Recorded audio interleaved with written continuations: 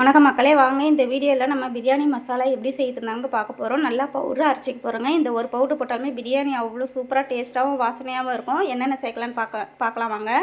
ஒரு 5 இலை எடுத்துக்கோங்க, 10 கிராம் லவங்கம் எடுத்துக்கோங்க, 10 கிராம் வந்து சாய்ஜீரா எடுத்துக்கோங்க. சாய்ஜீரா ஆப்ஷன் தாங்க, வேணுன்னா நீங்கள் சேர்த்துக்கங்க, வேணான்னா விட்டுடுங்க. ஒரு ஜாதிக்காய், ஒரு ஜாதி பத்திரி, 5 ஏலக்காய், 5 அன்னாச்சி பூ, 10 கிராம் பட்டை, கல்பாசி கொஞ்சமாக எடுத்துக்கோங்க, சோம்பு கொஞ்சமாக வச்சுக்கோங்க. இவ்வளோ தான் மக்களே நமக்கு தேவையான பொருள்கள். இதை நல்லா சூடு பண்ணிக்கோங்க. வெயிலில் வச்சு சூடு பண்ணிக்கலாங்க. வெயில் இல்லாத டைமில் நம்ம கேஸில் போட்டு வறுத்துக்கலாங்க. இதெல்லாம் மிக்ஸி ஜாரில் போட்டு நல்லா நைஸாக வர வரைக்கும் அரைச்சி எடுத்துக்கோங்க. இந்த ஒரு மசாலாவே சூப்பராக இருக்குங்க. பாருங்கள், இந்த அளவுக்கு இருந்தால் போதுங்க. நான் கலரி காட்டுறேன் பாருங்கள். இந்த அளவுக்கு நைஸாக வந்தால் போதுங்க.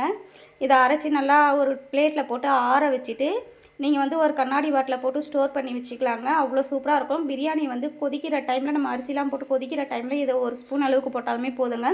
நீங்கள் இது வந்து நான்வெஜ் எது செஞ்சாலும் அது கூட சேர்த்துக்கலாங்க. அவ்வளோ டேஸ்ட்டாக இருக்கும், அவ்வளோ வாசனையாக இருக்கும். கண்டிப்பாக இந்த மசாலாவை ட்ரை பண்ணி பாருங்கள். இந்த வீடியோ பிடிச்சிருந்தா லைக் பண்ணுங்கள், ஷேர் பண்ணுங்கள், கமெண்ட் பண்ணுங்கள், சப்ஸ்கிரைப் பண்ணுங்கள்.